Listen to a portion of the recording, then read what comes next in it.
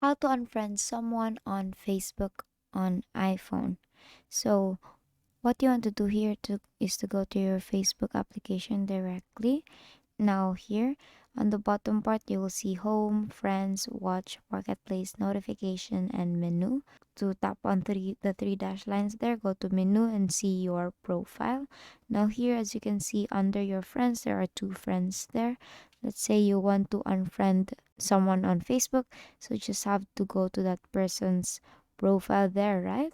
And tap on here, friends. You will see three options there. You will see friends, message, and the three dots.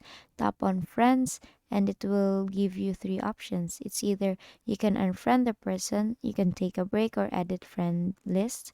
So tap on unfriend here.